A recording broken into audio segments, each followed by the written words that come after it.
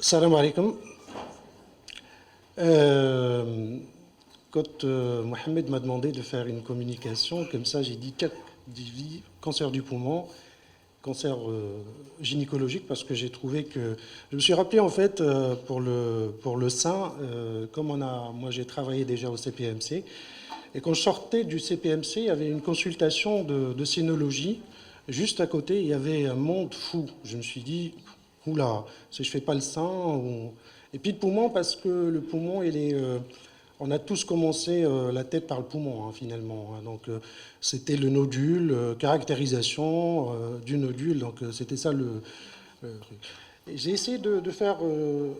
J'ai pas insisté finalement pour les. Je vais pas insister pour l'épidémiologie. J'ai essayé de voir un petit peu sur la société de pneumologie en Algérie pour voir un peu, mais je trouvais que mais je ne sais même pas si c'est vraiment valable ou pas. Il paraît qu'il y a 3500 nouveaux cas d'atteinte de cancer du poumon chez nous, voilà, par an. Je trouvais que c'était peu par rapport déjà à notre entourage. Je ne sais pas si vous avez le même sentiment, mais je trouve qu'il y a beaucoup plus que ça. Donc, je ne vais pas trop tarder parce que j'ai plein de choses à dire et à vous montrer surtout. Donc, j'ai 5 communications. Je vais aller très très vite. Et je commence par le poumon, donc la place de la TEP dans le cancer du poumon. Donc, bien sûr, la classification histologique que vous connaissez tous, hein, qui sont les formes dites communes déjà, hein, donc représentées par le carcinome épidermoïde, l'adénocarcinome, carcinome à grande cellule et puis à petite cellule. Et parmi les 3 premiers, sont regroupés sous forme de cancers non à petite cellule qui représentent finalement le gros des cancers du poumon. Et ensuite, il y a les formes non communes, notamment les carcinoïdes. Donc finalement, 4 types histologiques définis par l'OMS, l'adénocarcinome, le carcinome épidermoïde, parce qu'il faut savoir que la courbe, elle est un petit peu, c'est inversé. Paraît-il, c'est à cause des habitudes des fumeurs et tout. Et donc, on se retrouve finalement avec 25 à 40% des carcinomes épidermoïdes et 25 aussi à 40% donc d'adénocarcinome. Donc voilà. Voilà, là je vais me répéter un petit peu pour juste dire que parler des sous-types, hein, adénocarcinome, les carcinomes épidermoïdes, et voilà. Je pense que la classification est très très importante. N'importe quelle classification est très très importante. Je ne vous demande pas de l'apprendre parce que personne ne l'apprend, même les pneumologues. Quand je fais des RCP, ils ont une petite maquette comme ça. Ils disent, bon voilà, on le classe comment? Et il y a des réticences. Hein. Ils ont une petite maquette et retrouvent le T, le N par rapport. Donc, certainement parce que. Et puis, ça évolue, hein, une classification, ça évolue tellement que. Voilà, on fait avec les moyens de bord, comme on dit. Donc, classification, bien sûr, TNM basée sur le T, hein, et puis le N, hein, les ganglions, s'ils sont homolatéraux, contralatéraux, jusqu'aux métastases ganglionnaires médiastinales contralatérales ou hilaires contralatérales, où on est sur le N3. Le M, pareil, l'envahissement, vous le connaissez tous. Et puis il y a eu une modification du M1. Donc vous voyez que là, on passe du nodule séparé dans un lobe contralatéral. Et vous allez voir tout à l'heure un cas un peu assez concret que je vais vous présenter. Et donc il en découle de cette TNM classification, bien sûr, une stadification importante. Qui conditionne aussi le pronostic. Hein, vous allez voir, on va le voir ensemble. Hein. Voilà. Et puis, chaque stade, bien sûr, il y a les stades 1 et 2 qui sont finalement des cancers localisés. Puis le 3 et le 4, c'est assez avancés en fonction. Donc, en fonction du stade, là, on voit très bien que finalement, là, c'est pour le stade 1, on a le traitement est habituel, soit la chirurgie, soit la la radiothérapie stéréotaxique. Idem pour le stade 2 où on a une chirurgie, on rajoute aussi une chimiothérapie adjuvante. Et voilà, jusqu'au stade 4 où il y a finalement un traitement systémique à base de chimiothérapie et de thérapie ciblée si jamais vous avez des mutations telles que le GFR. La classification de TNM est importante pour, bien entendu, le pronostic, et il en découle que plus le stade est avancé, plus le pronostic il est mauvais. Et donc, là, je vais vous montrer, vous rappeler plutôt les recommandations de l'ATEP dans le cancer du poumon. Il faut savoir qu'il n'y a pas de place directe dans le diagnostic d'une lésion primitive. Par contre, bien sûr, on a la caractérisation du nodule pinnulaire isolé, le bilan d'extension loco-régional et à distance, bien sûr. Ensuite, dans les optionnels, on travaille, on a beaucoup de demandes aussi, et comme disait tout à l'heure Malek, avec les cliniciens, il faut insister, parce que vous allez voir, ils vont vous demander des nodules de 8 mm, voire même de 5 mm. J'ai eu des cas, et voilà, donc on a beau essayer de leur dire non, c'est pas l'indication, mais bon, il faut faire avec il faut matraquer jusqu'à ce que ça rentre et ça s'imprime, quoi, finalement. Voilà, donc ensuite, le diagnostic, bien sûr, différentiel entre récidive ou maladie résiduelle, et puis le diagnostic de magnitude des lésions pleurales. En évaluation précoce très importante aussi, qui permet une orientation clinique adaptée. Donc, brièvement, la fixation tumorale, on rappelle, je ne sais pas, je comptais sur notre ami Habib pour nous... Je croyais qu'il allait faire un petit peu les bases, et finalement, peut-être que j'ai bien fait, mais bon, pour les résidents éventuellement, de voir la fixation de la lésion. Et donc, bien sûr, elle augmente avec le FDG en fonction de la cellularité, hein, et du transport transmembranaire de la glycolyse. Donc finalement, la fixation est corrélée au transport transmembranaire du glucose et à la prolifération cellulaire. Donc là, comme vous le connaissez tous, il y a une faible fixation pour les carcinoïdes, et fixation, finalement, elle augmente avec le degré de différenciation. Ça, c'est un diapo qui illustre un petit peu la captation, si vous voulez, du FDG en fonction de la différenciation cellulaire. Donc, plus on est, plus il y a moins, pardon, il y a des différenciations, plus il y a une augmentation de l'activité. Donc, je pense que dans votre pratique, vous serez amené aussi à avoir le côté scanographique des nodules, très important aussi. Parce qu'il ne faut pas voir juste, on nous donne une image et on va interpréter une fixation. Donc il faut connaître aussi les caractéristiques de malignité ou de bénignité d'un nodule solitaire, que ce soit au niveau de son diamètre, le contour, s'il est spiculé, s'il est régulier, s'il présente éventuellement un bronchogramme aérien, ou s'il y a des branches dilatées aussi, la cavitation, les images en verre dipoli, et puis pointez votre curseur sur le petit rond sur le scanner, hein, pour voir la densité si elle est graisseuse ou pas, avec des variations de 40 à 80 unités Humsville. Les calcifications qui sont très importantes aussi, hein, pour la caractérisation de nodules, en tout cas en radiographie, voir s'ils sont diffuses, lamillaires, en popcorn, centrale, tout ça conditionne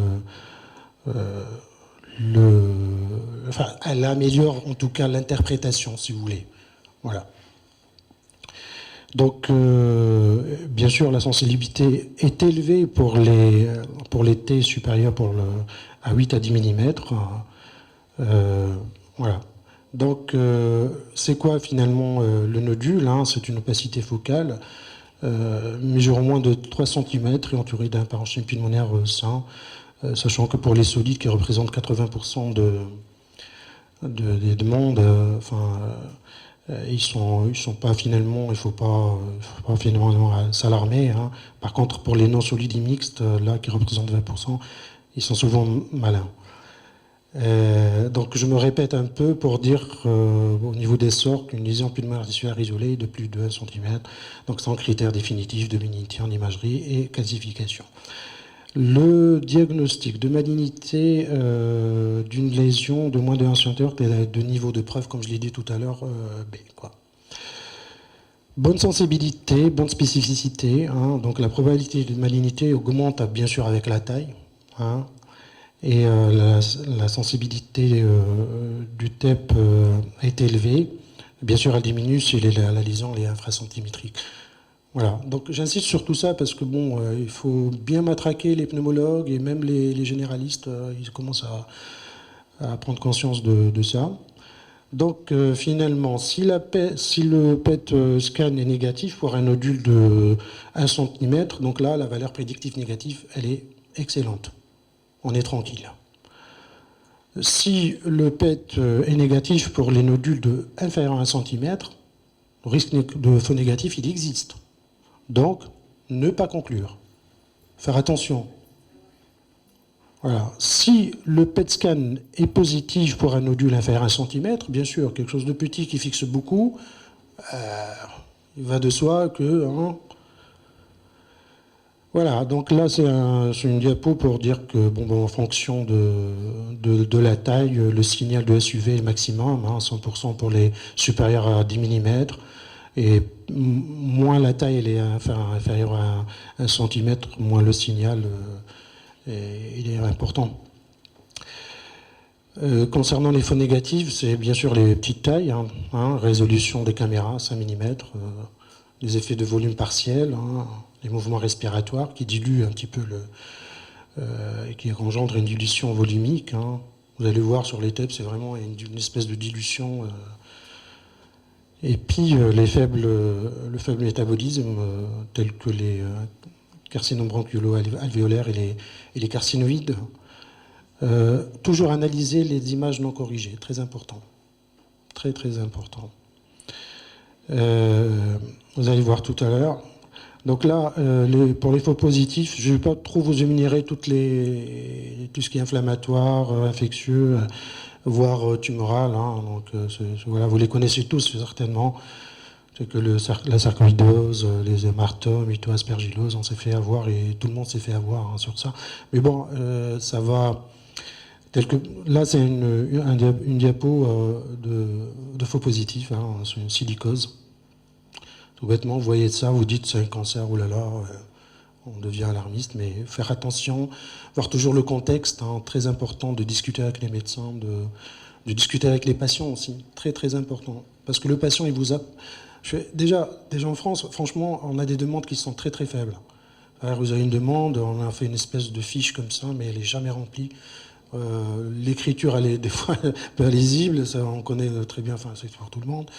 Et plus important, c'est de discuter avec le patient, discuter avant et après. Ça, c'est pour vous le faire avant surtout, parce que bon, les histoires de radioprotection, bien sûr. Hein, et après, si vous avez des trucs sur la TEP et tout, ce patient il part. Déjà en France, on a du mal à téléphoner. Hein, donc j'imagine ici, ça va être... donc voir le patient, même 2 minutes, 3 minutes, 2-3 questions, ça vaut le coup ça vous aide énormément dans votre interprétation. Voilà. Donc, qu'est-ce que j'ai mis? Évaluation qualitative par rapport au médiastin, bien sûr, très importante. Toujours voir le visuel, c'est très important.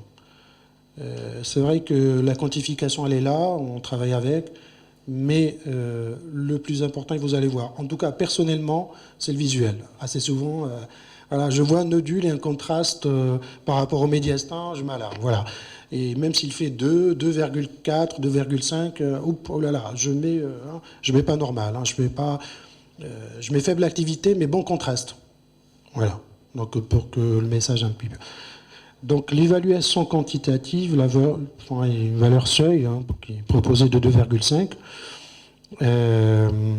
Voilà, toujours je reviens vers le qualitatif aussi, hein, d'après ma modeste expérience. Bien sûr, non indiqué pour les nodules non solides qui peuvent ne pas être hypermétaboliques.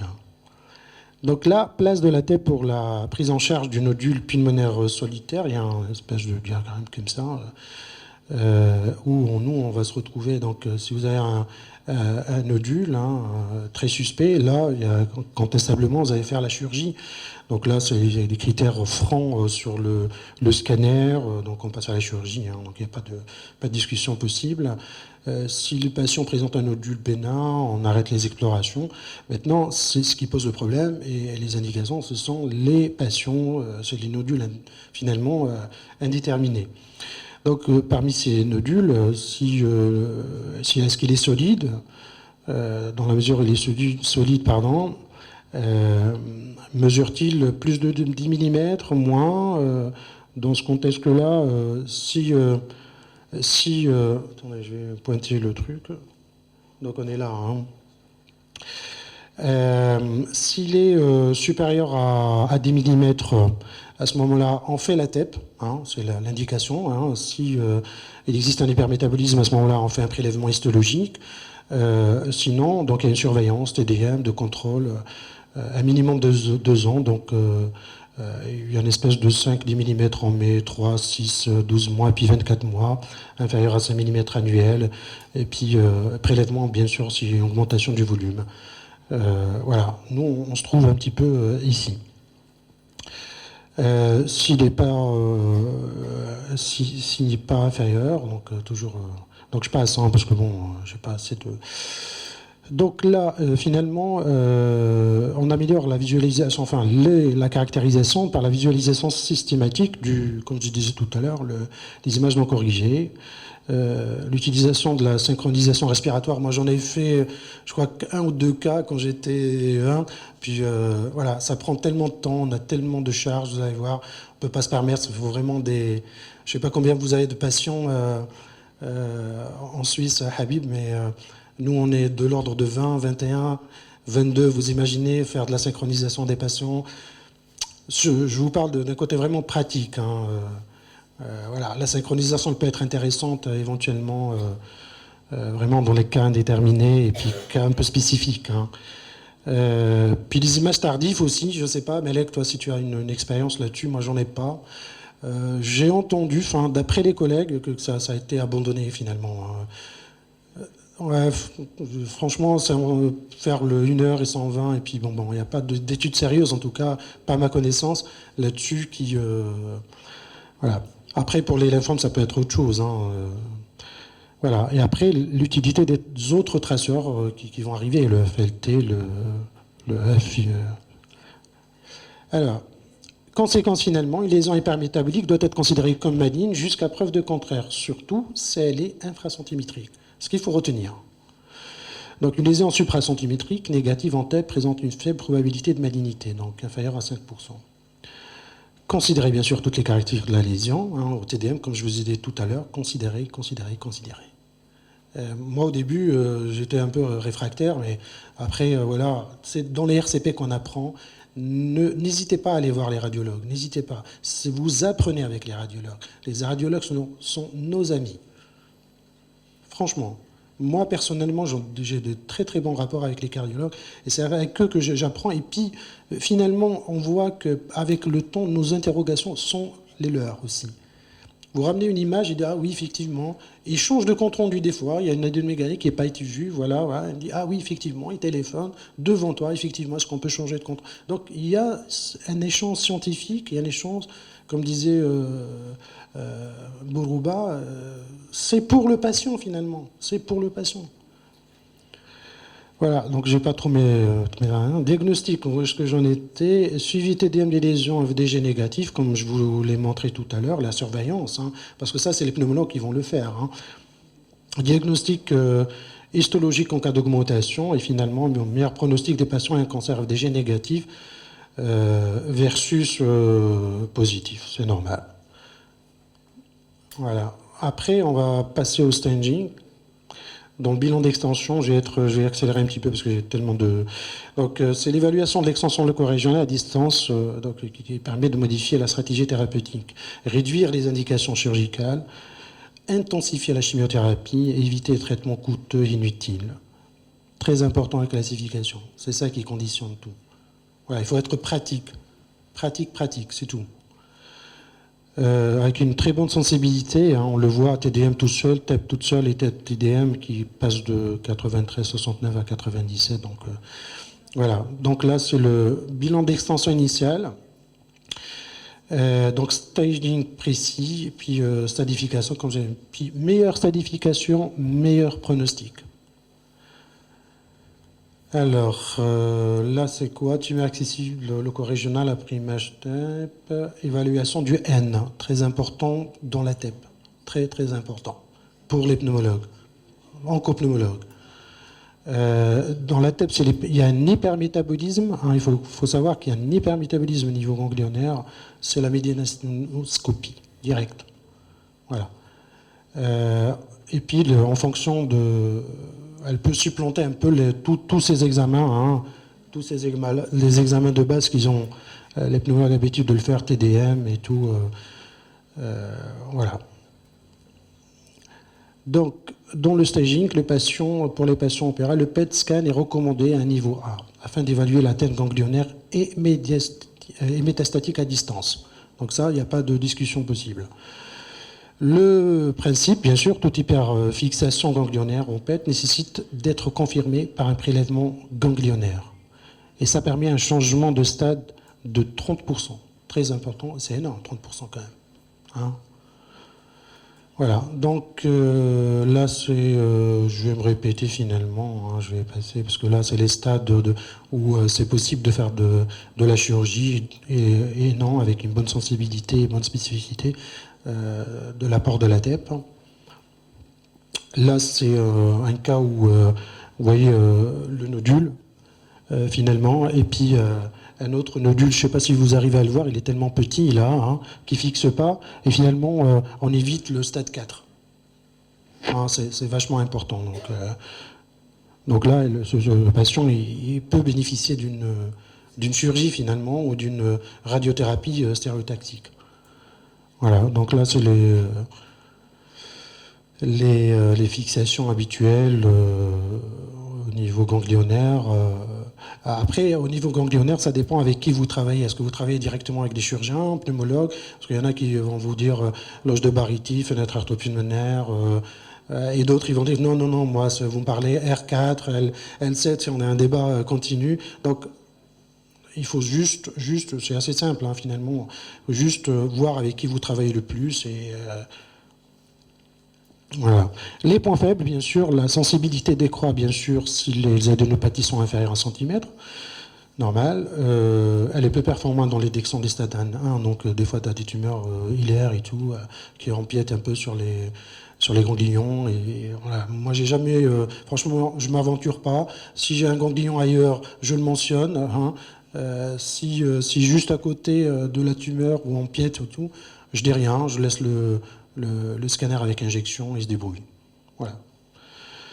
Parmi les faux négatifs, zones de faible, donc, comme on l'a dit tout à l'heure, masse tumorale, hein, les opacités envers des polis, les nécroses, bien sûr, le type histologique et la localisation ganglionnaire. Hein, parce que, bon, assez souvent, quand on a commencé, je me rappelle, on s'alarmait, les ganglions, ça fixait, on était là, sûr de nous, avec les pneumologues, à dire oui, non, ça fixe, donc c'est important et tout. Alors finalement, le mec derrière, il dit mais ouais, ça fixe, mais il a une insuffisance cardiaque, il a de l'œdème, il a.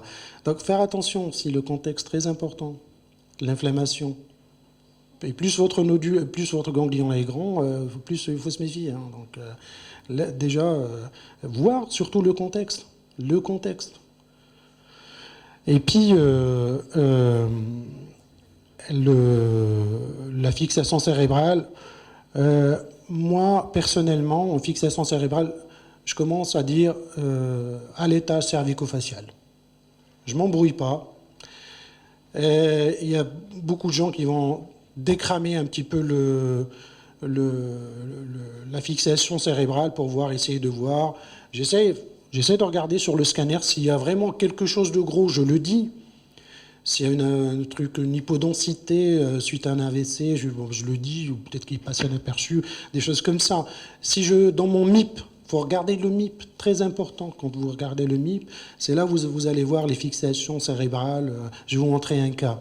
Mais personnellement, je ne sais pas l'expérience des confrères. Je me méfie du...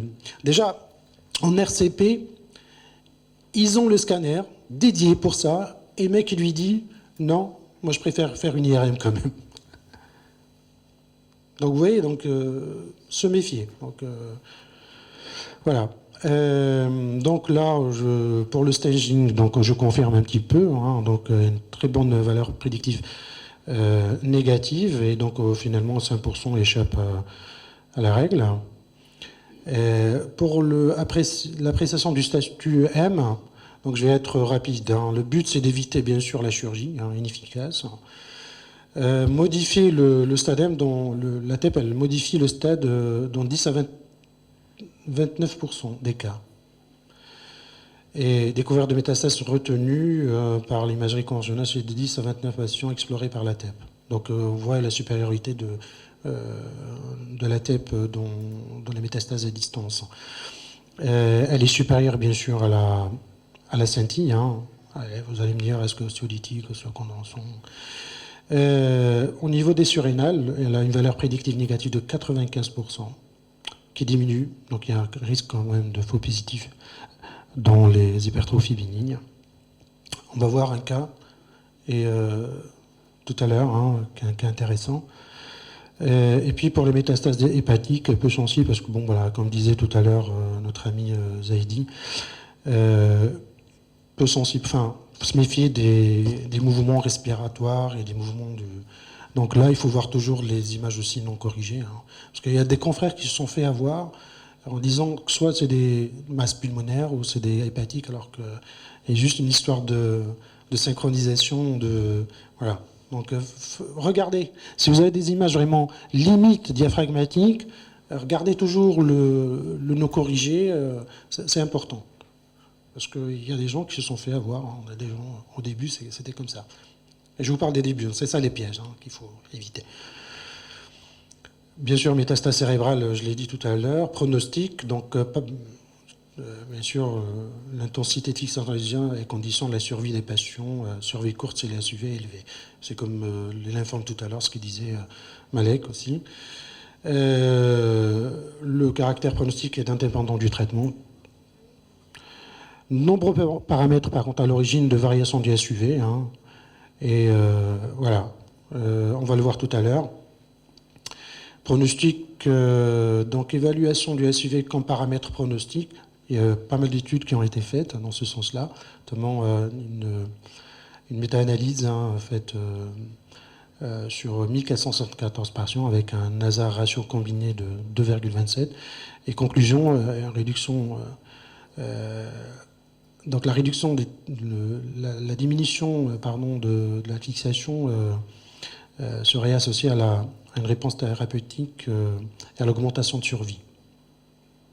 Donc voilà, ça vous pouvez le dire au pneumologue, mais attention, il ne faut pas prendre le patient, lui dire ça, hein, comme certains confrères, donc là c'est pour nous. Hein. Dans le suivi thérapeutique, donc la réponse thérapeutique, comme on dit, il faut se méfier surtout des remaniements, hein, pour dire que c'est une réponse complète, partielle, stable ou tenir compte des SUV, des SUL aussi, une méta-analyse aussi de fait, réponse chimio-radio, hein, après une radio-chimiothérapie, hein, réponse métabolique supérieure à 20% après chimio, corrélée à une augmentation de la réponse thérapeutique, la réponse métabolique supérieure à 20% après chimiothérapie est corrélée à une augmentation de la réponse thérapeutique, à une survie sans progression et à une survie globale. Et une diminution de plus de 50% du SIV après 3 cycles de chimiothérapie prédit de façon significative la survie. Très important. Donc là, c'est les critères persistent, résistent et persistent, que vous connaissez certainement, hein, avec le cut-off de 30%. Là. Le suivi thérapeutique, donc TDM, FDG pourrait prédire la réponse aux inhibiteurs de la tyrosine kinase aussi. Donc il y a pas mal d'études qui ont été faites aussi dans ce sens-là. Et puis dans le SCAT4, la survenue d'une réponse thérapeutique métabolique partielle sur TDEB réalisée 7 jours après traitement était prédictive d'une survie sans progression et d'une meilleure survie globale. Donc vous voyez, à toutes les échelles, la TEP, elle a ses indications. Caractérisation, stadification, pronostic, évaluation thérapeutique, c'est ça. Toutes les publications vont être dans ce sens-là. Survie globale, survie sans progression, c'est ça. Il faut vous habituer à ça. Et puis, finalement, la planification de la radiothérapie, en tenant compte des volumes tumoraux, métaboliques, bien sûr. Le but, bien sûr, c'est d'augmenter le contrôle local, diminuer la toxicité, notamment parce que, bon, vous allez voir que je vais vous montrer une diapo où il y a une hyperfixation de la tumeur entourée de la télectasie. Les radiologues, ils nous disent, je ne sais pas. Et maintenant, donc ça fait déjà 1 an ou 2, ils nous disent, c'est presque une indication. C'est presque une indication. Et ils nous disent, voilà, je ne sais pas si vous avez la même expérience, je reçois de plus en plus de demandes disant, voilà, limité, mais où est-ce que je vais faire mon champ, Donc on prend de l'ampleur, on est là, on prend de l'ampleur, la TEP, c'est très important. Voilà, donc rien que pour ça, diminuer les doses, toxicité, contrôle local, donc ça c'est vachement important pour un radiothérapeute. Ils sont très gênés, c'est des patients en plus qui sont amenés à recevoir des doses pas négligeables. D'accord, je suis à la moitié, ok. Et on parle de volume tumoral métaboliquement actif. Voilà, vous voyez là, par exemple ici, le radiologue il va considérer tout ça, alors que nous, c'est juste ça le volume, la masse à détruire. Vous voyez, c'est énorme comme champ, et ça implique des effets secondaires importants, et puis des doses aussi, très importantes. Il y a pas mal d'équipes qui font ça. Nous, je vous dis, il faut bien sûr un physicien, mais ça se fait de plus en plus. Et donc, j'ai mis en rouge, réduit jusqu'à 20% de l'irradiation des organes sensibles. Voilà, donc là, je me répète un petit peu, et là, c'est les volumes cibles, avec un volume cible macroscopique, qui représente la concentration cellulaire, finalement, de la tumeur. Le volume cible de planification, qui va garantir une irradiation conforme par rapport au volume cible anatomoclinique. Et puis la synchronisation, bien sûr, c'est la localisation des lésions entre TEP et TDM,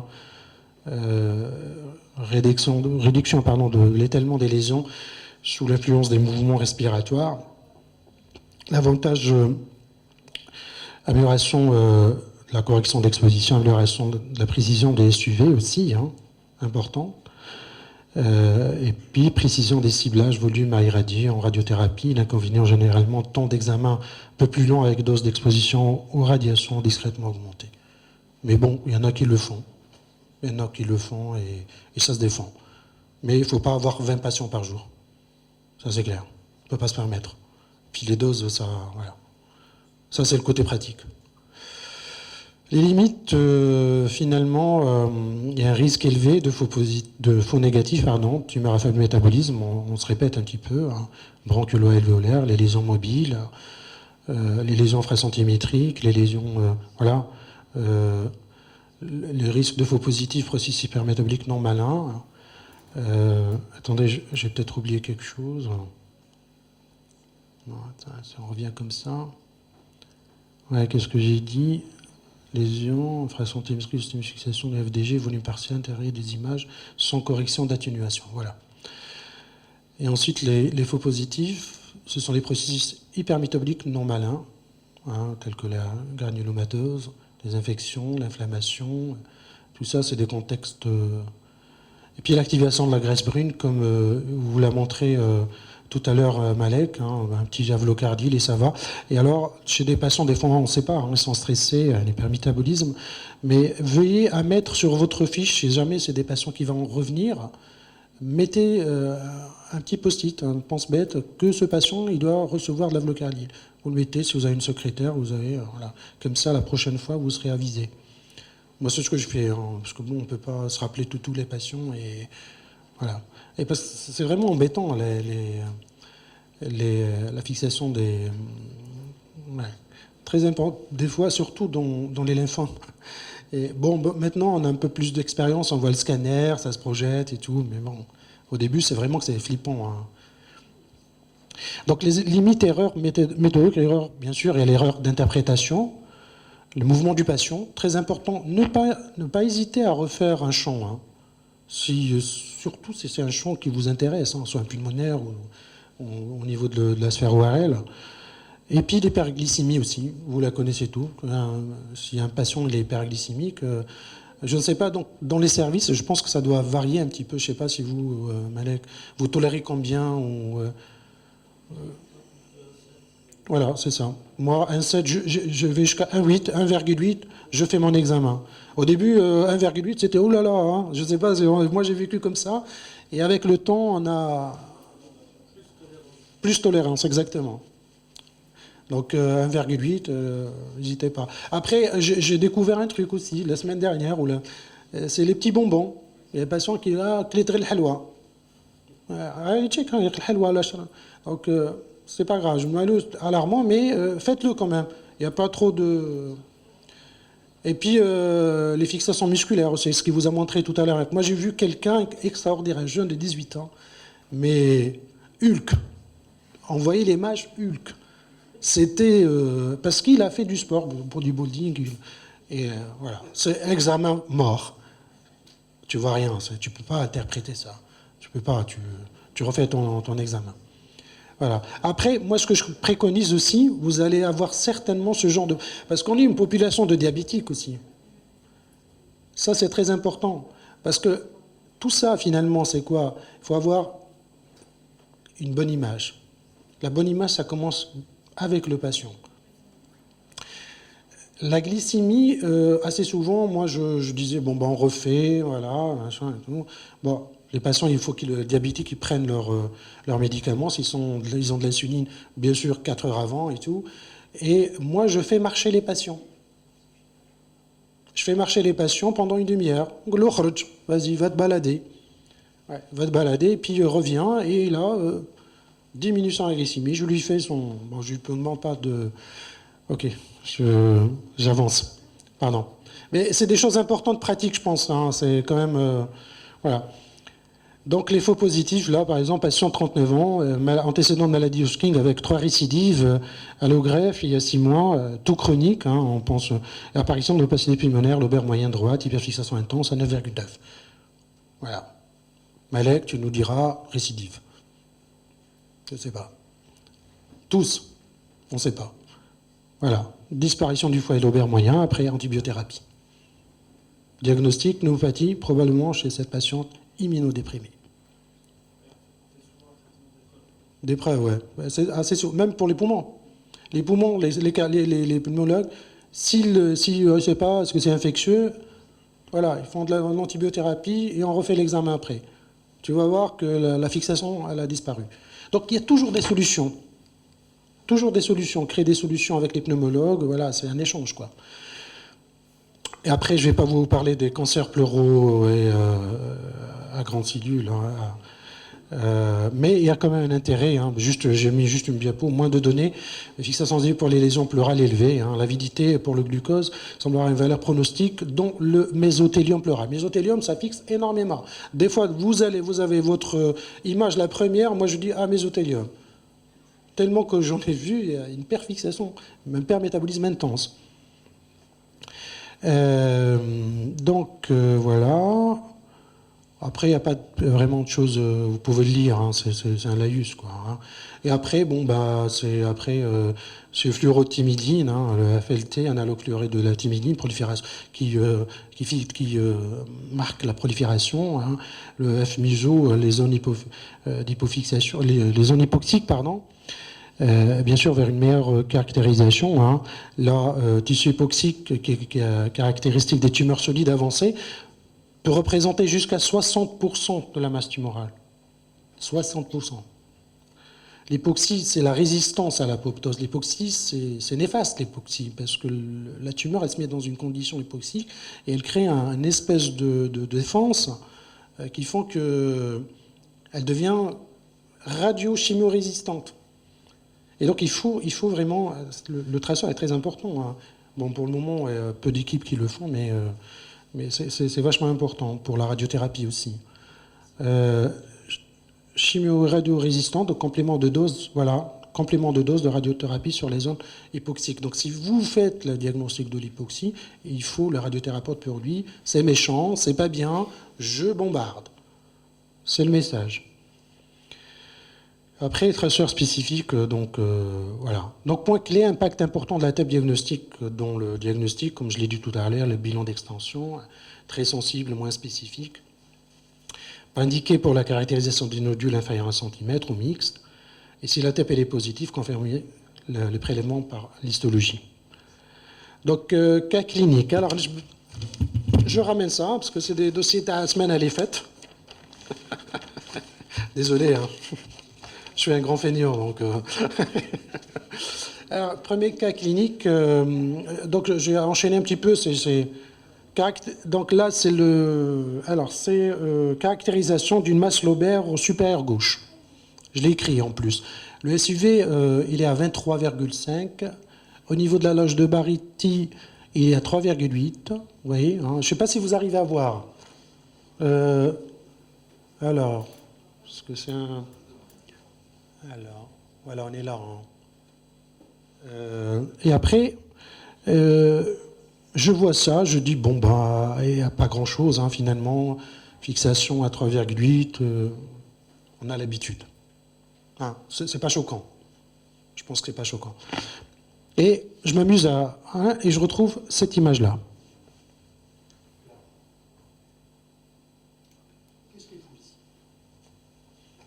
Alors, j'ai pas fait mon compte rendu, parce que je voulais savoir, est-ce que c'est quoi, finalement? Un ganglion? Que ça peut être? Hein? Encore? On est juste en arrière de la horte, là. Donc, j'ai été voir un radiologue. Je dis, écoute, vous avez fait votre scanner, vous n'avez pas parlé de ça. Il regarde, et formation très suspecte. Pas ganglionnaire, hein. Les caractéristiques, pas ganglionnaire pour lui.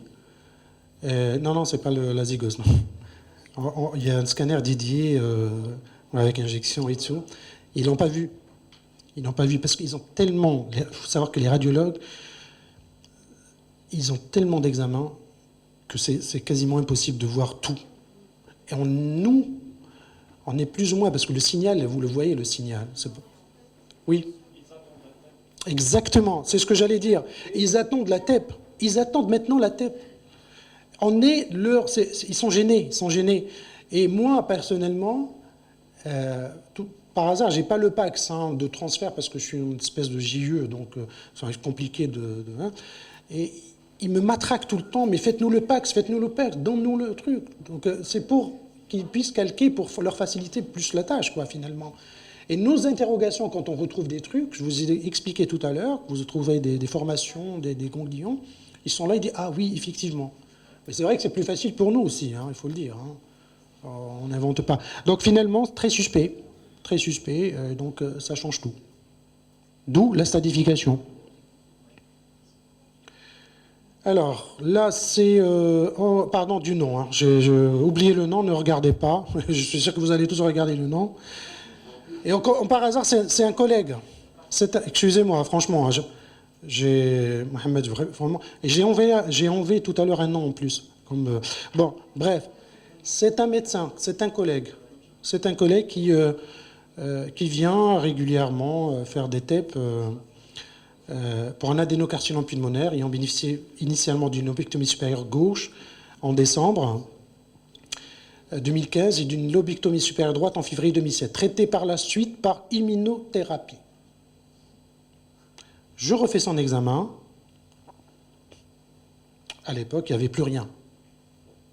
Là, ce n'est pas l'examen de... Il n'y avait plus rien. Je vous prie de me croire sur parole. Il n'y avait plus rien. Immunothérapie. Donc, je discute avec lui. Donc, je dis, ça va, ça se passe bien, il n'y a plus rien et tout. Et il me dit, j'ai échappé de justesse à l'immunothérapie parce qu'il a développé... Ça, c'est les conséquences de l'immunothérapie. Une pneumopathie interstitielle, mais fulgurante. Il était hospitalisé en réanimation, il a passé un mois en réanimation. Et donc ce patient, il ne va plus bénéficier d'une immunité. C'est fini. C'est cuit pour lui. Donc, quand un patient, de surcroît, un collègue qui revient avec, et que tu retrouves, je ne sais pas si... Alors, dans le compte-rendu, j'avais mis... On retrouve un hyperméthanisme intense au niveau de la masse pulmonaire, le A supérieur gauche, et est-ce qu'elle est là? Attendez, 2 secondes. C'est pas ça.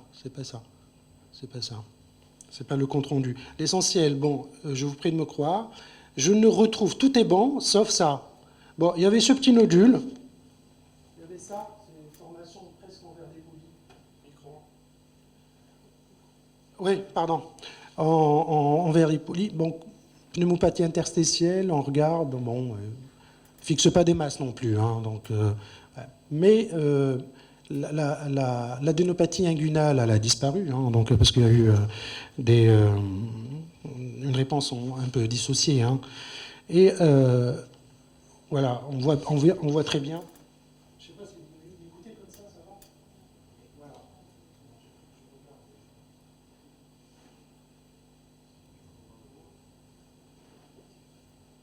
En tout cas, il y avait une grosse adénopathie inguinale qui a disparu. Par contre, il y a apparition de ça. Voilà, il n'y a que ça. Ça, c'est quoi? Allez. تعرفوا كلش انتم خلاص. Et surrénal, ouais. C'est un épaississement nodulaire de la branche médiale de la surrénale gauche, qui fixe à, qu'est-ce que j'ai mis? 12,7. Tiens, ils sont là. Hein. 12,7. Je l'ai mentionné, franchement. Et après, j'ai discuté avec lui, il m'a dit qu'il est sous corticothérapie.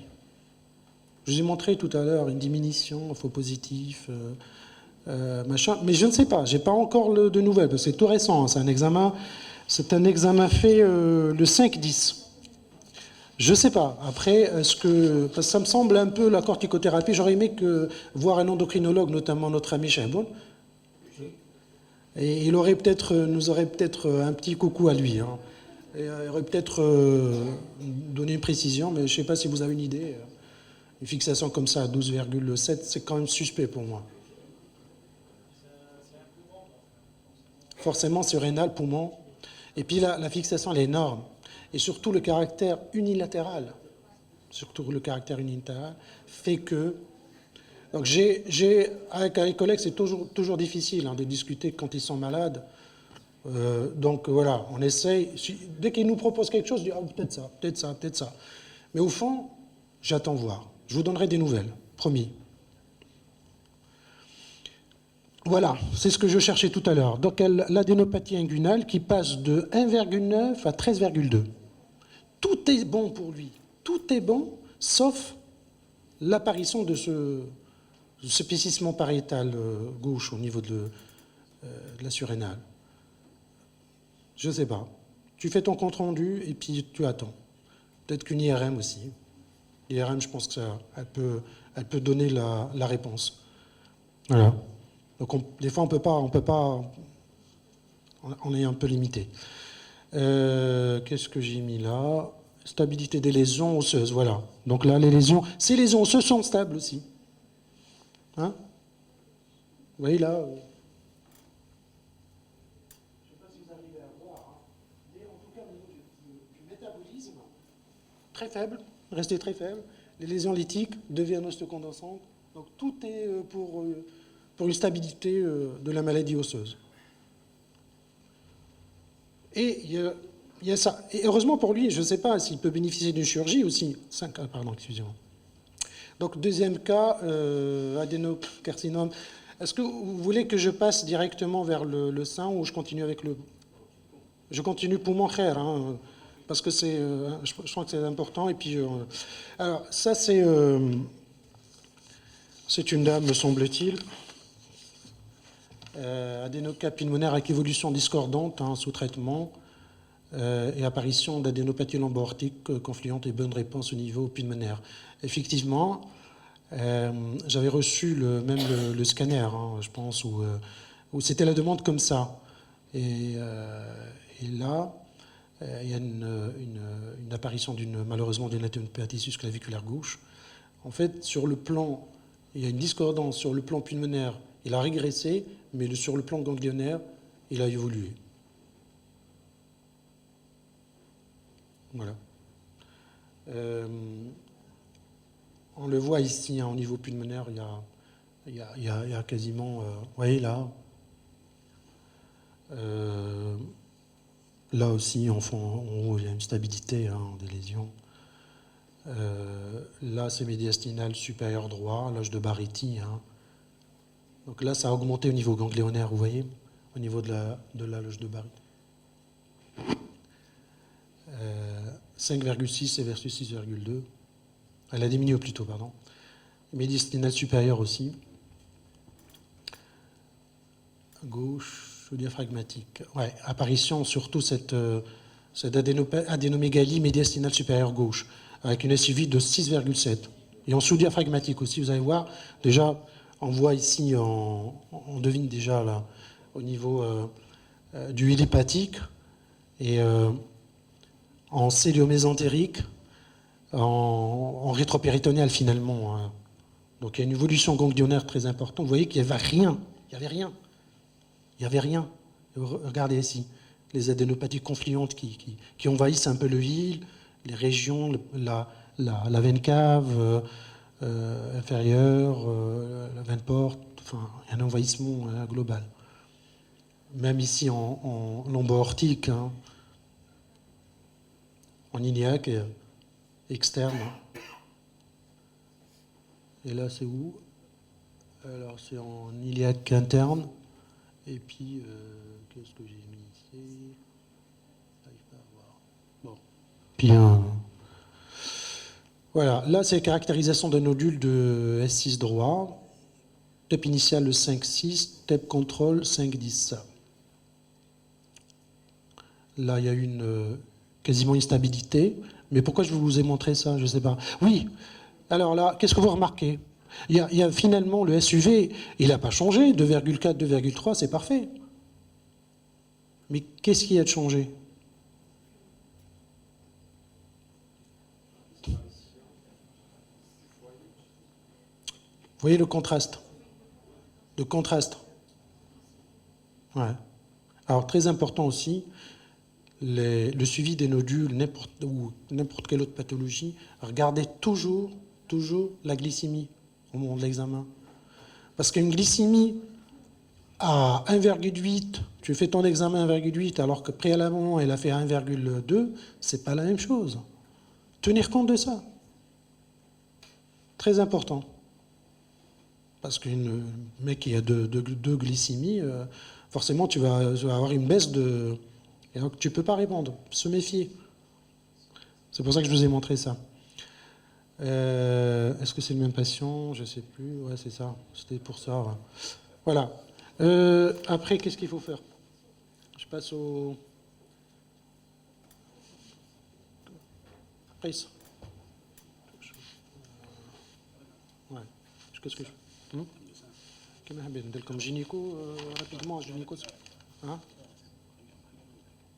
Le sang ou le chenal? Après, une gynéco rapidement. Non? Ah oui, j'arrête. Ah oui, j'arrête. Désolé. J'ai pas compris. Merci. Merci, Mohamed, pour l'invitation encore. Hein. Désolé, la prochaine fois, je vous promets, donc Mohamed, je m'invite. Je m'invite. Des sein, des gynéco. Ok, merci.